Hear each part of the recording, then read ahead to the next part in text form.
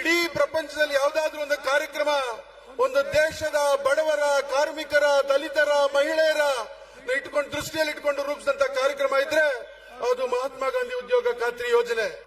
ಏನು ಕೇಂದ್ರ ಸರ್ಕಾರ ಸೋನಿಯಾ ಗಾಂಧಿ ಅವರ ನೇತೃತ್ವದಲ್ಲಿ, ಸೋನಿಯಾ ಗಾಂಧಿ ಅವರ ಮಾರ್ಗದರ್ಶನದಲ್ಲಿ ಮನಮೋಹನ್ ಸಿಂಗ್ ರವರ ಪ್ರಧಾನಮಂತ್ರಿ ಆಗಿದ್ದಂತ ಸಂದರ್ಭದಲ್ಲಿ ಗ್ರಾಮೀಣ ಪ್ರದೇಶದಲ್ಲಿ ಕೂಲಿಯನ್ನ ಹರಿಸಿ ಕೂಲಿ ಕಾರ್ಮಿಕರು ವಲಸೆ ಹೋಗ್ತಿದ್ರು. ಇದನ್ನ ಹೋಗಲಾಡಿಸಬೇಕು. ಗ್ರಾಮೀಣ ಪ್ರದೇಶದಲ್ಲಿ ಕೂಲಿ ಮಾಡತಕ್ಕಂತ ಜನರಿಗೆ ಅವರು ನೆಲೆಸಿರ್ತಕ್ಕಂಥ ಜಾಗದಲ್ಲೇ ಕೂಲಿಯನ್ನು ಕೊಡಬೇಕು ಮತ್ತು ವಿಶೇಷವಾಗಿ ಗ್ರಾಮೀಣ ಭಾಗದ ಅಭಿವೃದ್ಧಿಗೆ ಹೆಚ್ಚು ಕಾರ್ಯಕ್ರಮಗಳನ್ನ ರೂಪಿಸತಕ್ಕಂತ ಯೋಜನೆಗಳನ್ನ ರೂಪಿಸತಕ್ಕಂತ ಅಧಿಕಾರವನ್ನ ಆ ಗ್ರಾಮ ಪಂಚಾಯಿತಿಗಳಿಗೆ ಕೊಡಬೇಕು ಅಂತೇಳಿ ರೂಪಿಸಿದಂತ ಐತಿಹಾಸಿಕವಾದಂತ, ಬಹುಶಃ ಇಡೀ ಪ್ರಪಂಚದಲ್ಲಿ ಯಾವುದಾದ್ರೂ ಒಂದು ಕಾರ್ಯಕ್ರಮ ಒಂದು ದೇಶದ ಬಡವರ, ಕಾರ್ಮಿಕರ, ದಲಿತರ, ಮಹಿಳೆಯರ ದೃಷ್ಟಿಯಲ್ಲಿ ಇಟ್ಕೊಂಡು ರೂಪಿಸಿದಂತ ಕಾರ್ಯಕ್ರಮ ಇದ್ರೆ ಅದು ಮಹಾತ್ಮ ಗಾಂಧಿ ಉದ್ಯೋಗ ಖಾತ್ರಿ ಯೋಜನೆ. ಅಂತ ಯೋಜನೆಯನ್ನ ಇವತ್ತು ಸಂಪೂರ್ಣವಾಗಿ ಅದರ ಸ್ವರೂಪವನ್ನು ಬದಲಾಯಿಸಿ ಇವತ್ತು ಆ ಕಾರ್ಯಕ್ರಮವನ್ನ ಕೊಲ್ಲಿಕ್ಕೆ ಹೊರಟಿರ್ತಕ್ಕಂಥ ಕೇಂದ್ರದ ಮೋದಿ ಸರ್ಕಾರದ ವಿರುದ್ಧ ಇವತ್ತು ಚಿಕ್ಕಬಳ್ಳಾಪುರದಿಂದ ಪ್ರಾರಂಭ ಆದಂತ ಈ ಆಂದೋಲನ ಇಡೀ ರಾಜ್ಯದಲ್ಲಿ ಮಾನ್ಯ ಗೌರವಾನ್ವಿತ ಮುಖ್ಯಮಂತ್ರಿಗಳಾದಂತಹ ಸಿದ್ದರಾಮಯ್ಯ ಅವರ ನೇತೃತ್ವದಲ್ಲಿ, ಮಾನ್ಯ ಕೆಪಿಸಿಸಿ ಅಧ್ಯಕ್ಷ ಅಂತ ಡಿಕೆ ಶಿವಕುಮಾರ್ ಸಾಹೇಬರ ನೇತೃತ್ವದಲ್ಲಿ, ಎಐಸಿಸಿಯ ಪ್ರಧಾನ ಕಾರ್ಯದರ್ಶಿಗಳಾದಂತ ಸೂರ್ಜೇವಾಲ್ ರವರ ಮಾರ್ಗದರ್ಶನದಲ್ಲಿ ಇವತ್ತು ಒಂದು ದೊಡ್ಡ ಕಾರ್ಯಕ್ರಮವನ್ನು ರೂಪಿಸಿ ಈ ಕಾರ್ಯಕ್ರಮವನ್ನು ವಿರೋಧಿಸಿ ಮತ್ತೆ ಮಹಾತ್ಮ ಗಾಂಧಿ ಉದ್ಯೋಗ ಖಾತ್ರಿ ಯೋಜನೆಯನ್ನ ಮರುಸ್ಥಾಪಿಸಬೇಕು ಅಂತೇಳಿ ಒಕ್ಕೊರಲಿನ ಒತ್ತಾಯವನ್ನು ಮಾಡಲಿಕ್ಕೆ ನಾವೆಲ್ಲ ಕೂಡ ಇವತ್ತು ಸೇರಿದ್ದೇವೆ. ಮಹಾತ್ಮ ಗಾಂಧಿ ಉದ್ಯೋಗ ಖಾತ್ರಿ ಯೋಜನೆ ಯಾವ ರೀತಿಯಲ್ಲಿ ಅಭಿವೃದ್ಧಿಗೆ ಅನುದಾನಗಳು ಬರ್ತಾ ಇತ್ತು, ಏನೆಲ್ಲ ಅಭಿವೃದ್ಧಿಗಳು ಆಗ್ತಿರ್ಲಿಲ್ಲ, ಯಾವ ರೀತಿ ತೊಡಕಾಗಿತ್ತು.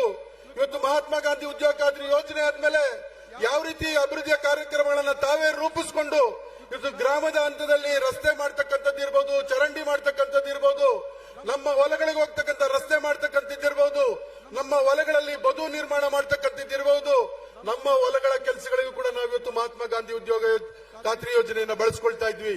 ಇವತ್ತು ಮಶಾಣದ ಅಭಿವೃದ್ಧಿ ಇರಬಹುದು ಮತ್ತು ಶಾಲೆಯ ಕೊಠಡಿಗಳು ಕಟ್ಟತಕ್ಕಂಥದ್ದಿರ್ಬೋದು, ಶಾಲೆಯ ಕಾಂಪೌಂಡ್ ಮಾಡ್ತಕ್ಕಂಥದ್ದಿರ್ಬೋದು, ಅಂಗನವಾಡಿ ಕಟ್ಟೆಗಳು ಕಟ್ಟತಕ್ಕಂಥದ್ದಿರ್ಬೋದು.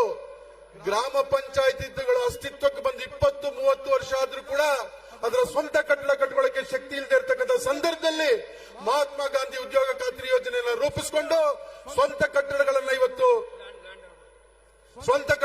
ಮಾಡಿದಂತದ್ದಿದ್ರೆ ಅದು ಸೋನಿಯಾ ಗಾಂಧಿ ಅವರು, ಮನಮೋಹನ್ ಸಿಂಗ್ ಅವರು ತಂದಂತ ಮಹಾತ್ಮ ಗಾಂಧಿ ಉದ್ಯೋಗ ಖಾತ್ರಿ ಯೋಜನೆಯಿಂದ. ಇವತ್ತು ಈ ಯೋಜನೆ ಒಂದೇ ಅಲ್ಲ, ಇವತ್ತು ಏನು ಕೇಂದ್ರ ಸರ್ಕಾರದ ಪುರಸ್ಕೃತ ಯೋಜನೆಗಳಂತ ಇವರು ಹೇಳ್ತಾ ಇದ್ದಾರೆ, ಯಾವ ಯೋಜನೆಗೂ ಕೂಡ ಇವತ್ತು ರಾಜ್ಯ ಸರ್ಕಾರಕ್ಕೆ ಅನುದಾನಗಳು ಬರ್ತಾ ಇಲ್ಲ. ಮಹಾತ್ಮ ಗಾಂಧಿ ಉದ್ಯೋಗ ಖಾತ್ರಿ ಯೋಜನೆದೆ ಸುಮಾರು 15,000 ಕೋಟಿಯಷ್ಟು ಹಣ ಇವತ್ತು ಬಾಕಿ ಬರಬೇಕಾಗಿದೆ. ಜೆಜೆಎಂದು ಸುಮಾರು 15-20 ಕೋಟಿ ಬಾಕಿ ಬರಬೇಕಾಗಿದೆ. 15th ಫೈನಾನ್ಸ್ ಇವತ್ತು ಹಣ ಬಿಡುಗಡೆ ಮಾಡ್ತಾ ಇಲ್ಲ. ಇವೆಲ್ಲವೂ ಕೂಡ ನೋಡ್ತಾ ಇದ್ರೆ ಗ್ರಾಮ ಪಂಚಾಯತಿಯ ವ್ಯವಸ್ಥೆಗೆ ಇವತ್ತು ಕೊಡಲಿ ಪೆಟ್ಟಾಗ್ತಕ್ಕಂಥದ್ದು ಇವತ್ತು ಕೇಂದ್ರ ಸರ್ಕಾರದಿಂದ ಆಗ್ತಾ ಇದೆ.